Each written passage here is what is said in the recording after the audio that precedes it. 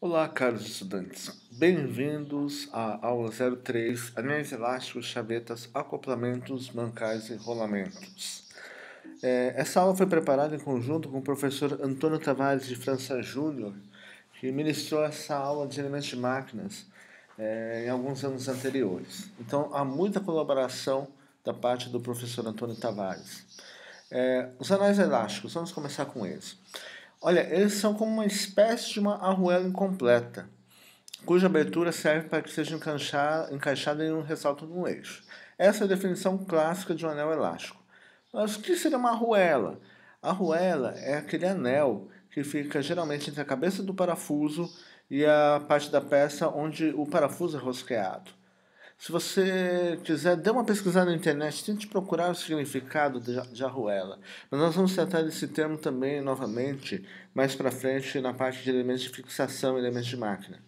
Bom, o anel elástico ele também é conhecido como anel de retenção, de trava ou de segurança, e é um elemento utilizado em eixos e furos, onde a principal função é o quê? Evitar deslocamento axial de peças ou componentes. Olha, é uma abertura que serve para ser encaixada em um ressalto no eixo. Esse é o primeiro termo. O segundo é o quê? Que ele deve ser utilizado como uma trava de segurança, de certa forma, queria destacar esse termo, e utilizado em eixos e furos. Para quê? Para evitar deslocamento axial de peças. E aí vem aquela pergunta: o que seria um deslocamento axial? Bom, constante dicionário, deslocamento é mudança de um lugar para o outro, né? Quando você se move. Então, olha, eu não quero, se eu for pensar desse jeito, que a peça, o componente, desloque ao longo de um eixo.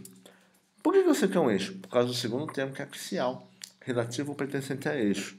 Logo, quais são as definições que nós podemos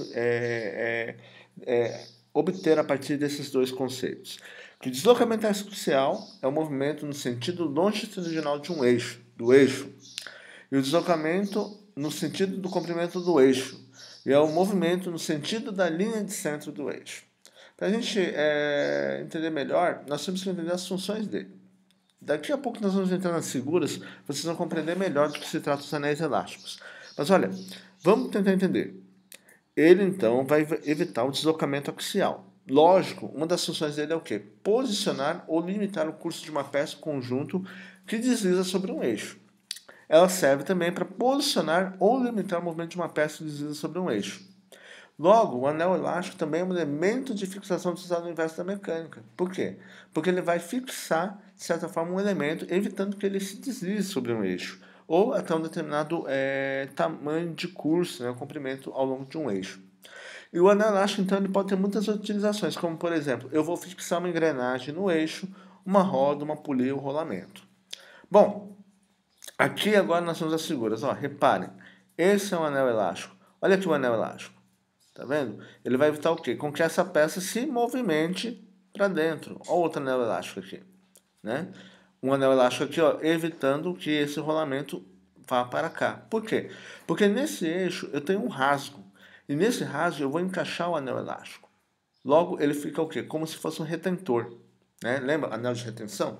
Então ele vai evitar que haja um deslocamento no sentido do quê? Ao longo desse eixo aqui. Repararam? Logo, esses anéis elásticos têm que ser fabricados de material especial. E o material que a gente utiliza é o aço mola. E ele tem a forma de um anel incompleto. Por que ele tem que ser um aço mola? Porque ele tem que ser, de certa forma, o quê? Flexível, como se fosse uma mola.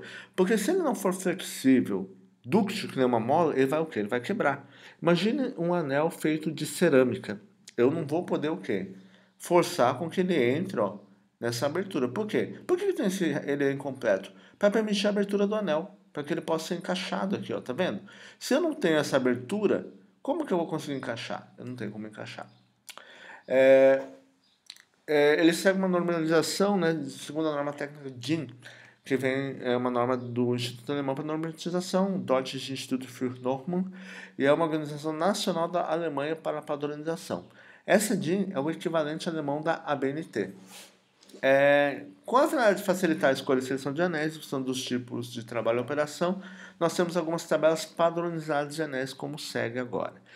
Não se assusta com essa tabela, só para a gente ter uma ideia.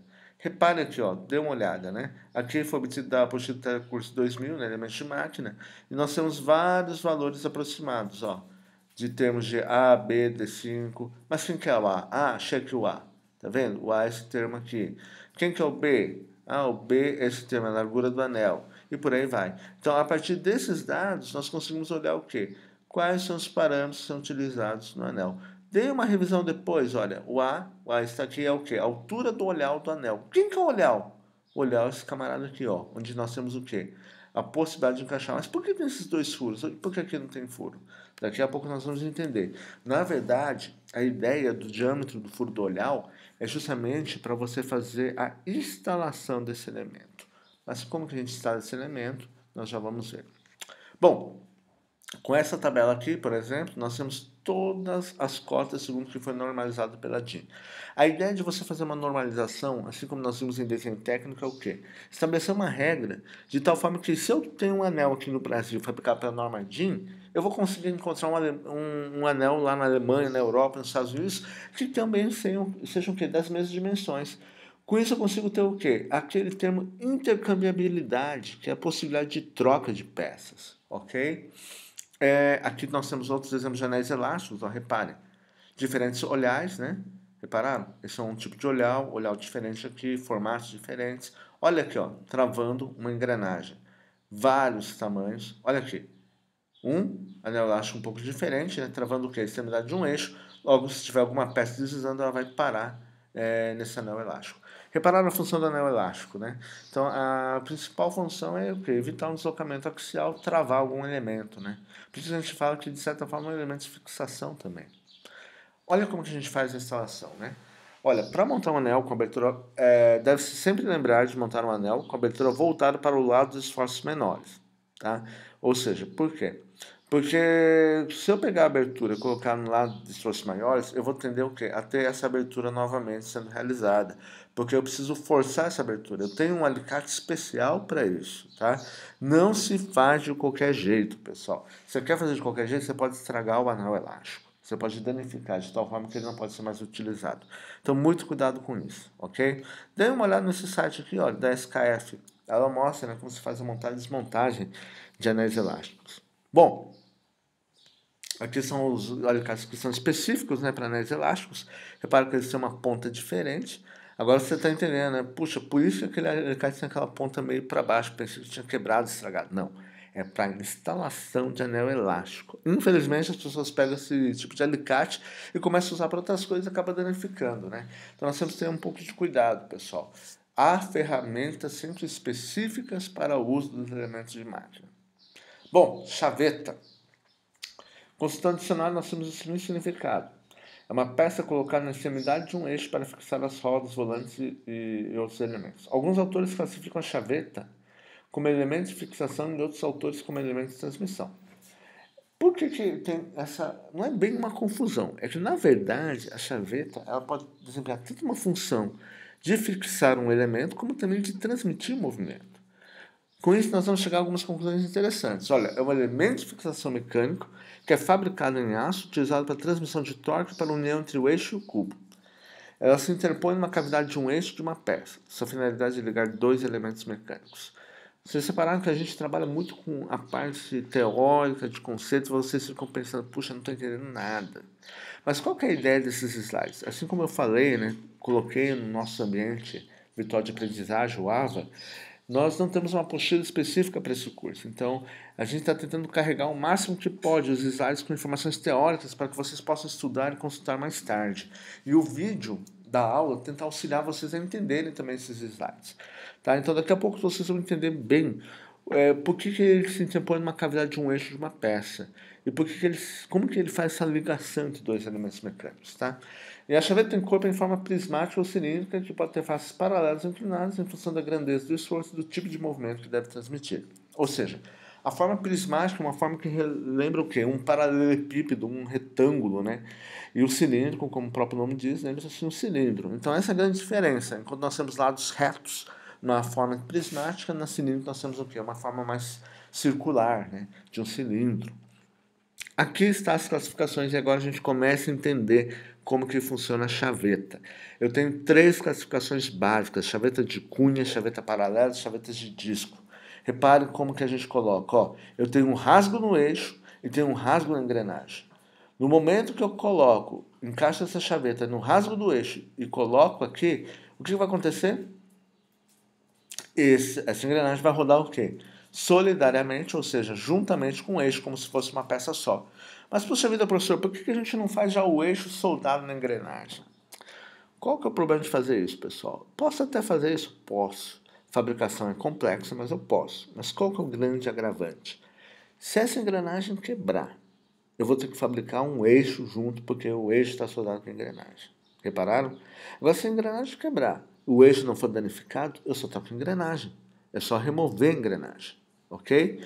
Essa é a grande vantagem, então, do uso de chaveta. E aí, vamos lá, chaveta de cunha. A chaveta de cunha ela tem uma das faces inclinadas, que acaba facilitando a união das peças. Não sei se vocês já repararam, isso aqui é um formato típico, por exemplo, quando a gente vai querer travar a porta, né, no chão.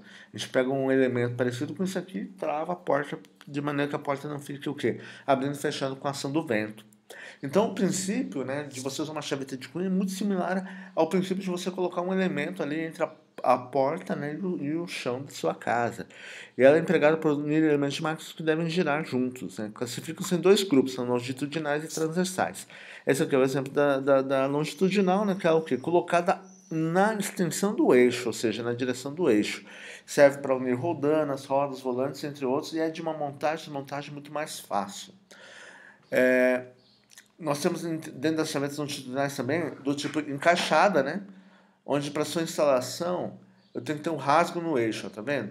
E esse rasgo desse eixo deve ser sempre maior que a chaveta. Então ela tem um certo deslizamento, acaba permitindo deslocamento aqui.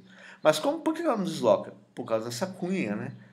Tendo essa cunha, ela acaba não se deslocando. Perceberam? Bom, a de meia cana é desse jeito aqui, ó, pessoal. Repare, nesse caso aqui, ó, o que acontece, né? Eu tenho que encaixar o que é a base, né? Ela é côncava e a fixação se dá por baixo de atrito. Então, qual que é o problema dela? O problema é que ela vai ter um escorregamento quando tem uma sobrecarga. Isso é bom ou ruim? Pessoal, depende.